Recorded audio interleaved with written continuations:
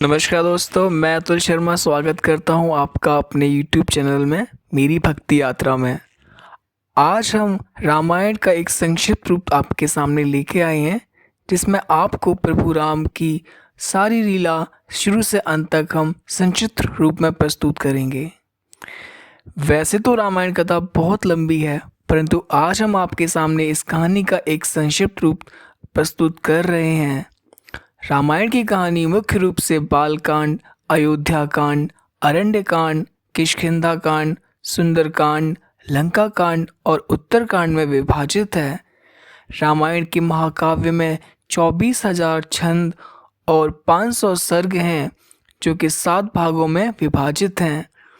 रामायण श्री राम, लक्ष्मण, सीता की एक अद्भुत अमर कहानी है, जो हमें विचारधारा, भक्ति, कर्तव्य, रिश्ते, धर्म और कर्म को सही मायने में सिखाती है। दोस्तों, आरंभ करते हैं बालकांड से। राम सीता जी के जन्म की कथा से। प्राचीन काल की बात है कि सरयू नदी के किनारे कौशला नाम का राज्य था। कौशला राज्य की राजधानी अयोध्या थी, जिसके राजा का नाम दशरथ था। राजा दशरथ की 3 पत्नियां थीं, जिनके नाम कौशल्या, कैकेयी और सुमित्रा थे। परंतु बहुत समय से उनकी कोई भी संतान नहीं थी, जिसके कारण उन्हें उत्तराधिकारी की हमेशा कमी सताती थी। इसके विषय में उन्होंने ऋषि वशिष्ठ से बात की और पुत्र कामेष्टि यज्ञ करवाया। यज्ञ के कारण उनकी पत्नियों को 4 पुत्र हुए। उनकी पहली पत्नी कौशल्या से राम, कैकेयी से भरत और सुमित्रा से लक्ष्मण और शत्रुघ्न का जन्म हुआ। सभी राजकुमार शास्त्रों और युद्ध कला में निपुण थे। जब राम 16 वर्ष के हुए, तब ऋषि विश्वामित्र राजा दशरथ के पास गए और यज्ञ में विघ्न डालने वाले राक्षसों का अंत करने में राम और लक्ष्मण की मदद मांगी। राम और लक्ष्मण ने इस कार्य को आदर से माना और कई राक्षसों का अंत किया, जिसके फलस्वरूप उन्हें ऋषि विश्वामित्र ने कई दिव्य अस्त्र प्रदान किए। एक दूसरे प्रदेश मिथिला के राजा जनक भी निसंतान थे। ऋषियों के कहने पर राजा जनक ने अपने राज्य के खेत में हल चलवाना शुरू किया। हल चलाते समय उन्हें एक धातु से टकराने की आवाज़ आई। जब राजा जनक ने देखा तो उन्हें सित के कलश में एक कन्या जमीन में गड़ी हुई मिली। उस कन्या को जैसे ही राजा जनक ने मिट्टी से निकाला, राज्य में बारिश होने लगी और उस कन्या को जनक अपने महल ले गए। सित के कलश में पाने के कारण उस कन्या का नाम सीता रखा गया। धीरे धीरे सीता बड़ी हुई और उनके विवाह का समय आया। श्री राम अयोध्या के राजा दशरथ के ज्येष्ठ पुत्र थे और माता सीता उनकी धर्म पत्नी थी। राम बहुत ही साहसी, बुद्धिमान और आज्ञाकारी और सीता बहुत ही सुंदर, उदार और पुण्यात्मा थी। माता सीता की मुलाकात श्री राम से उनके स्वयंवर में हुई, जो सीता माता के पिता मिथिला के राजा जनक द्वारा संयोजित किया गया था। यह स्वयंवर माता सीता के लिए अच्छे वर की खोज में आयोजित किया गया था। राजा जनक ने सीता का स्वयंवर रखा, जिसमें उन्होंने शिवजी के धनुष को उठाकर उसमें रस्सी चढ़ाने वाले व्यक्ति से सीता का विवाह करने की शर्त रखी। उस आयोजन में कई राज्यों के राजकुमार और राजाओं को आमंत्रित किया गया था। शर्त यह थी कि जो भी व्यक्ति धनुष को उठाकर धनुष के तार को खींच सकेगा, उसी का विवाह सीता से होगा। सभी राजाओं ने कोशिश की, परंतु वे धनुष को हिला भी न सके। जब श्री राम की बारी आई तो श्री राम ने एक ही हाथ से धनुष उठा लिया और जैसे ही उसके तार को खींचने की कोशिश की, वह धनुष 2 टुकड़ों में टूट गया। इस प्रकार श्री राम और सीता जी का विवाह हुआ। इस प्रकार श्री राम का विवाह सीता जी से, लक्ष्मण का विवाह उर्मिला से, भरत का विवाह मांडवी से और शत्रुघ्न का विवाह श्रुतकीर्ति से हो गया। दोस्तों, अब चलते हैं अरण्य कांड की तरफ। राम, सीता और लक्ष्मण वनवास के लिए निकल पड़े। रास्ते में उन्हें कई असुरों का संहार किया और पवित्र और अच्छे लोगों से भी वो मिले। वे वन चित्रकूट में एक कुटिया बनाकर रहने लगे। एक बार की बात है कि लंका के असुर राजा रावण की छोटी बहन शूर्पणखा ने राम को देखा और वो उन पर मोहित हो गई। उसने राम को पाने की कोशिश की, पर राम ने उत्तर दिया कि मैं तो विवाहित हूँ, आप मेरे छोटे भाई लक्ष्मण से पूछकर देखिए। तब शूर्पणखा लक्ष्मण के पास जाकर विवाह का प्रस्ताव रखने लगी, पर लक्ष्मण ने साफ इनकार कर दिया। तब शूर्पणखा ने क्रोधित होकर माता सीता पर आक्रमण कर दिया। यह देखकर लक्ष्मण ने चाकू से शूर्पणखा की नाक काट दी। कटी हुई नाक के साथ रोते हुए जब शूर्पणखा लंका पहुंची तो सारी बात जानकर रावण को बहुत क्रोध आया। उसके बाद रावण ने सीता हरण की योजना बनाई।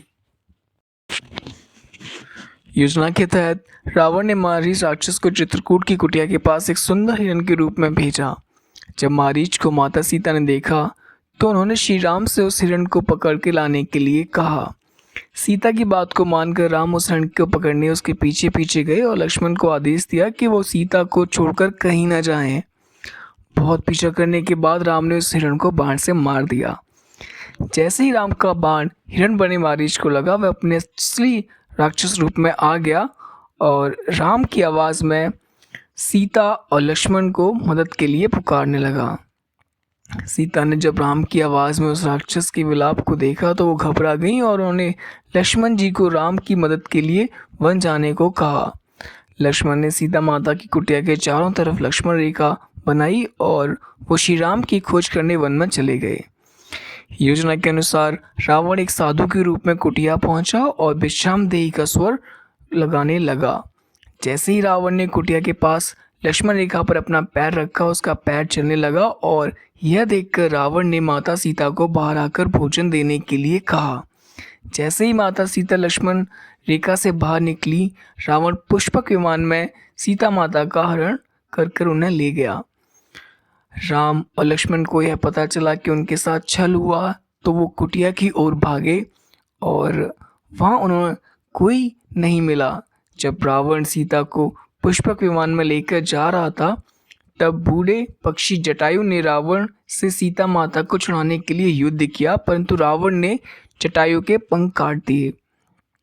जब राम और लक्ष्मण सीता को ढूंढते हुए जा रहे थे तो रास्ते में जटायु का शरीर पड़ा था और वो राम राम विलाप कर रहा था। जब राम और लक्ष्मण ने उनसे सीता के विषय में पूछा तो जटायु ने उन्हें बताया कि रावण माता सीता को उठाकर ले गया है और यह बताते बताते उसकी मृत्यु हो गई। दोस्तों, आप पढ़ते हैं किष्किंधा कांड की तरफ। हनुमान किष्किंधा के राजा सुग्रीव की वानर सेना के मंत्री थे। राम और हनुमान पहली बार ऋषिमुख पर्वत पर मिले, जहाँ सुग्रीव और उनके साथी रहते थे। सुग्रीव के भाई बाली ने उससे उसका राज्य भी छीन लिया और उसकी पत्नी को भी बंदी बनाकर रखा था।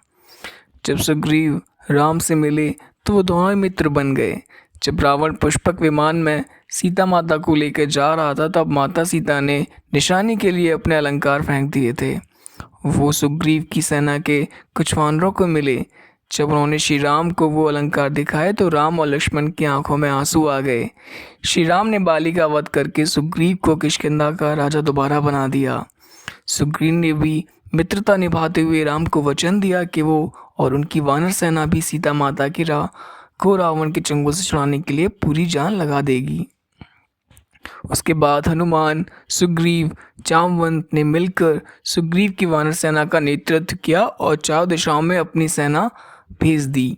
सभी दिशाओं में ढूंढने के बाद भी कुछ न मिलने पर ज़्यादातर सेना वापस लौट आई। दक्षिण की तरफ हनुमान एक सेना लेकर गए जिसका नेतृत्व अंगद कर रहे थे। जब वे दक्षिण के समुद्र तट पर पहुंचे तो वे भी उदास होकर विघ्न पर्वत पर इसके विषय में बात कर रहे थे। वहीं कोने में एक बड़ा पक्षी बैठा था जिसका नाम संपाति था। संपाति वानरों को देखकर बहुत खुश हुआ और भगवान का शुक्रिया करने लगा कि इतना सारा भोजन देने के लिए। जब सभी वानरों को पता चला कि वह उन्हें खाने की कोशिश करने वाला था तो सभी उसकी घोर आलोचना करने लगे और महान पक्षी जटायु का नाम लेकर उसकी वीरता की कहानी सुनाने लगे। जैसे ही जटायु की मृत्यु की बात उससे पता चली वह जोर जोर से विलाप करने लगा। उसने वानर सेना को बताया कि वो जटायु का भाई है और यह भी बताया कि उसने और जटायु ने मिलकर स्वर्ग में जाकर इंद्र को भी युद्ध में हराया था। उसने यह भी बताया कि सूर्य की तेज किरणों से जटायु की रक्षा करते समय उसके सभी पंख भी जल गए थे और वह उस पर्वत पर गिर गया था। संपाति ने वानरों से बताया कि वह बहुत ज़्यादा जगहों पर जा चुका है और उसने यह भी बताया कि लंका के असुर राजा रावण ने सीता का अपहरण किया है और उसी दक्षिण समुद्र की दूसरी तरफ उसका राज्य है। जामवंत ने हनुमान की सभी शक्तियों को ध्यान दिलाते हुए कहा कि हे हनुमान, आप तो महाज्ञानी हैं, वानरों के स्वामी और पवन पुत्र हैं। यह सुनकर हनुमान का मन हर्षित हो गया और वे समुद्र तट किनारे स्थित सभी लोगों से बोले, आप सभी कंदमूल खाकर यहीं मेरा इंतजार करें जब तक मैं सीता माता को देखकर वापस न लौट आऊं। ऐसा कहकर वो समुद्र के ऊपर से उड़ते हुए लंका की ओर चले गए। रास्ते में जाते समय उन्हें सबसे पहला मेनका पर्वत आया। उन्होंने हनुमान जी से कुछ देर आराम करने के लिए कहा, पर हनुमान जी ने उत्तर दिया, जब तक मैं श्री राम का काम पूरा न कर लूं, मेरे जीवन में विश्राम की कोई जगह नहीं है। और वे उड़ते हुए आगे चले गए। देवताओं ने हनुमान की परीक्षा लेने के लिए सांपों की माता। समुद्र तट पर पहुंचने के बाद हनुमान जी एक पर्वत के ऊपर चढ़ गए और वहां से उन्होंने लंका की ओर देखा। लंका का राज उन्हें देखा, जिसके सामने एक बड़ा द्वार था और पूरी लंका सोने की बनी हुई थी।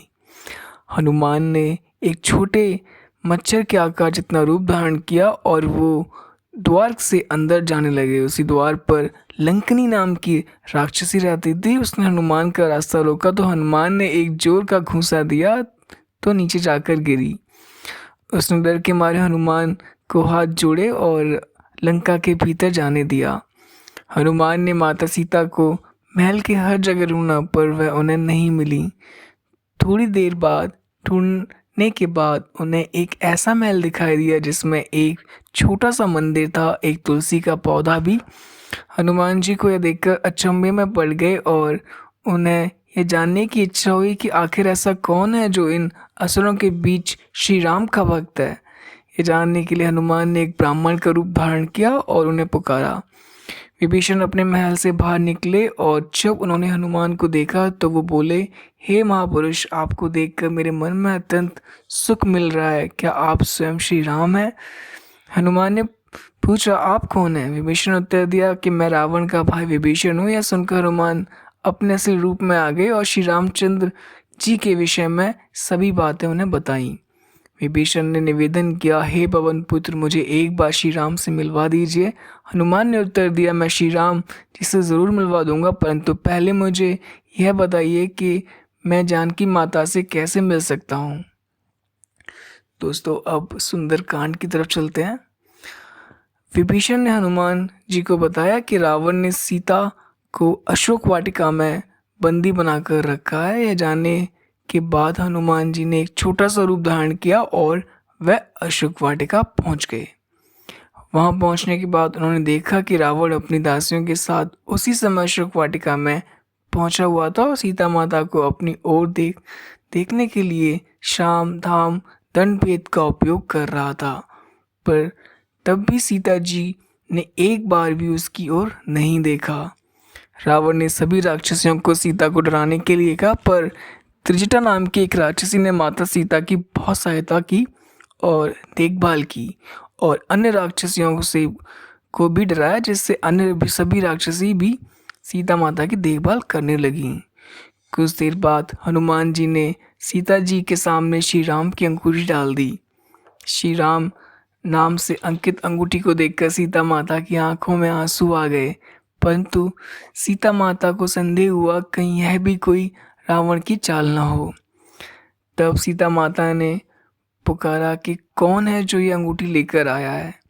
उसके बाद हनुमान जी प्रकट हुए और हनुमान जी को देखकर भी सीता माता को विश्वास नहीं हुआ। हनुमान जी ने मधुर वचनों के साथ रामचंद्र के गुणों का वर्णन किया और बताया कि वो श्री राम जी के दूत हैं। सीता ने व्याकुलता से श्री राम जी का हालचाल पूछा। हनुमान जी ने उत्तर दिया, हे माते, श्री राम जी ठीक ठाक हैं और वे आपको बहुत याद करते हैं।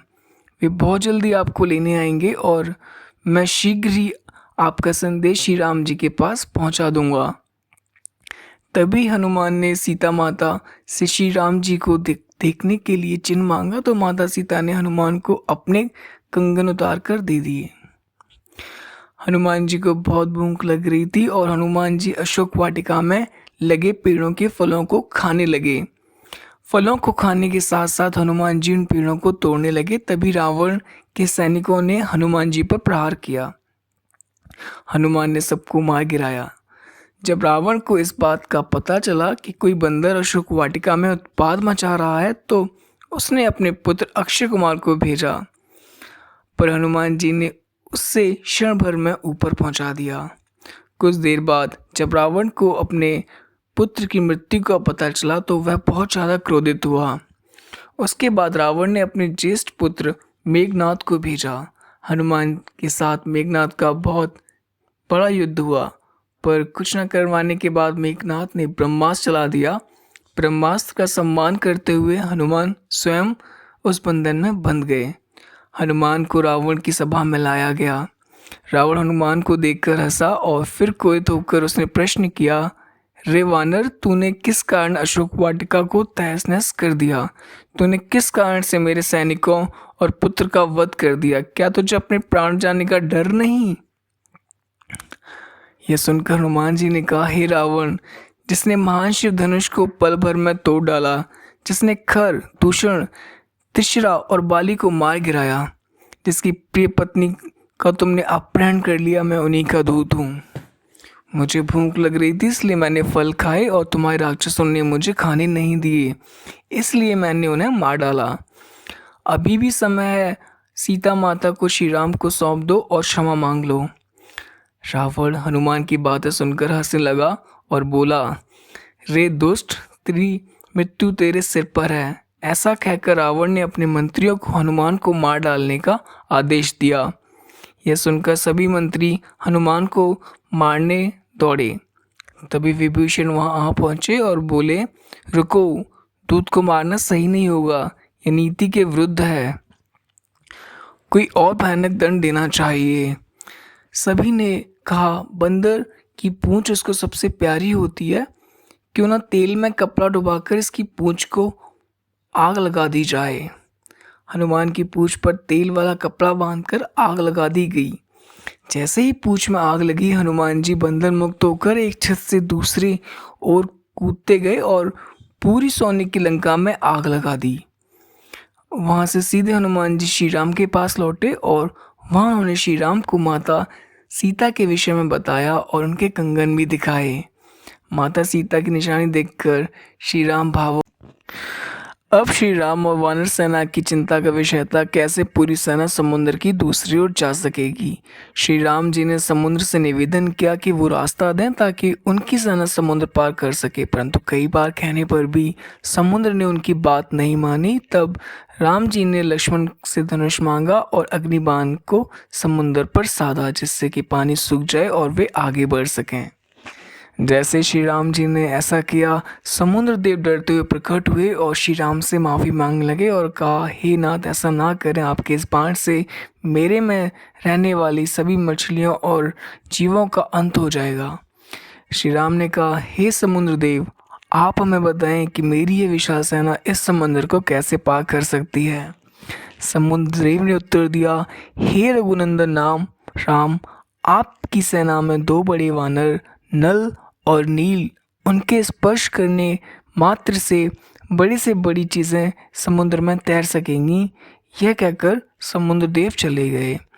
उनकी सलाह के अनुसार नल और नील ने पत्थर पर श्री राम का नाम लिखकर समुद्र में फेंकना शुरू कर दिया। इसके बाद सभी पत्थर समुद्र पर तैरने लगे। दोस्तों, अब बढ़ते हैं लंका कांड की तरफ। श्री राम ने अपनी सेना के साथ समुद्र किनारे डेरा डाला। जब इस बात का पता रावण की पत्नी मंदोदरी को पता चला तो वो घबरा गई और उसने रावण को बहुत समझाया, पर वह नहीं समझा और सभा में चला गया। रावण के भाई विभीषण ने रावण को सभा में समझाया और सीता माता को सम्मानपूर्वक श्री राम को सौंप देने के लिए कहा, परंतु यह सुनकर रावण क्रोधित हो गया और अपने ही भाई को लात मार दी, जिससे विभीषण सीढ़ियों से नीचे गिर गए। विभीषण ने अपना राज्य छोड़ दिया और वो श्री राम के पास गए। राम ने भी खुशी के साथ उन्हें स्वीकारा और अपने डेरे में रहने की जगह दी। आखिरी बार श्री राम ने बाली पुत्र अंगद कुमार को भेजा और रावण तब भी नहीं माना। श्री राम और रावण की सेना के बीच भीषण युद्ध हुआ। इस युद्ध में लक्ष्मण पर मेघनाथ ने शक्ति बाण से प्रहार किया था, जिसके कारण हनुमान जी संजीवनी बूटी लेने के लिए हिमालय पर्वत गए, परंतु वे उस पौधे को न पहचान सके, इसलिए वो पूरा हिमालय पर्वत ही उठाकर ले आए। यहाँ तक कि रावण के भाई कुंभकर्ण जैसे महारथी असुर का भी भगवान राम ने अपने बाणों से मार डाला। इस युद्ध में रावण की सेना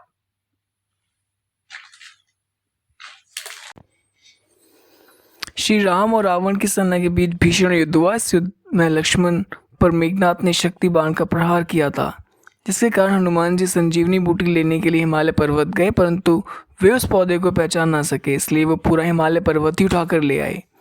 यहाँ तक कि रावण के भाई कुंभकर्ण जैसे महारथी असुर को भी भगवान राम ने अपने बाण से मार दिया। इस युद्ध में रावण की सेना समाप्त हो गई। अंत में श्री राम रावण की नाभि पर बाण मारकर उससे मार देते हैं और माता सीता को छुड़ा लाते हैं। श्री राम विभीषण को लंका का राजा बना देते हैं, परंतु राम माता सीता से मिलने से पूर्व उनके अग्नि परीक्षा लेते हैं। उसके बाद श्री राम सीता और भाई लक्ष्मण के साथ अपने राज्य 14 वर्ष के बाद लौट जाते हैं। उसके बाद श्री राम को अयोध्या का राजा घोषित किया गया और उनका जीवन खुशियों से बीत रहा था। कुछ समय बाद माता सीता गर्भवती हो जाती हैं, परंतु जब राम लोगों के मुख से अग्नि परीक्षा के विषय में सुनते हैं, वह माता सीता को अयोध्या छोड़कर जाने के लिए कह देते हैं। माता सीता को इस बात से बहुत दुख होता है। महर्षि वाल्मीकि उन्हें अपने आश्रम में आश्रय दे देते हैं। वहीं माता सीता के 2 पुत्र होते हैं, जिनका नाम लव और कुश होता है। लव और कुश महर्षि वाल्मीकि से पूर्ण रामायण का ज्ञान लेते हैं और वो दोनों बालक पराक्रमी और बहुत ज्ञानी होते हैं।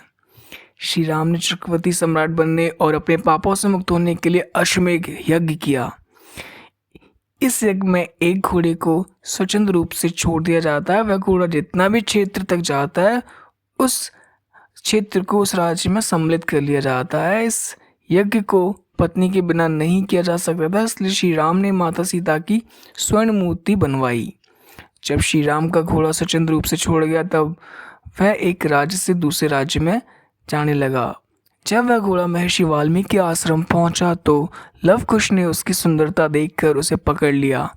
जब राम को यह पता चला तो उन्होंने अपनी सेना को भेजा, परंतु लव कुश से युद्ध में सब हार गए। जब राम वहाँ पहुंचे तो उन्होंने उन बालकों से पूछा कि वह किसके पुत्र हैं। लव कुश ने माता सीता का नाम लिया। जब राम ने यह सुना तो उन्होंने बताया कि वह उनके पिता हैं। यह सुनकर लव कुश बहुत खुश हुए और राम के गले में लग गए। उसके बाद वे माता सीता से आश्रम में जाकर मिले। उसके बाद श्री राम माता सीता लव कुश को लेकर अयोध्या लौट आए। आशा करते हैं हम कि आपको रामायण के संक्षिप्त रूप बहुत अच्छा लगेगा। आपने चैनल सब्सक्राइब नहीं किया, सब्सक्राइब कर दीजिए। धन्यवाद।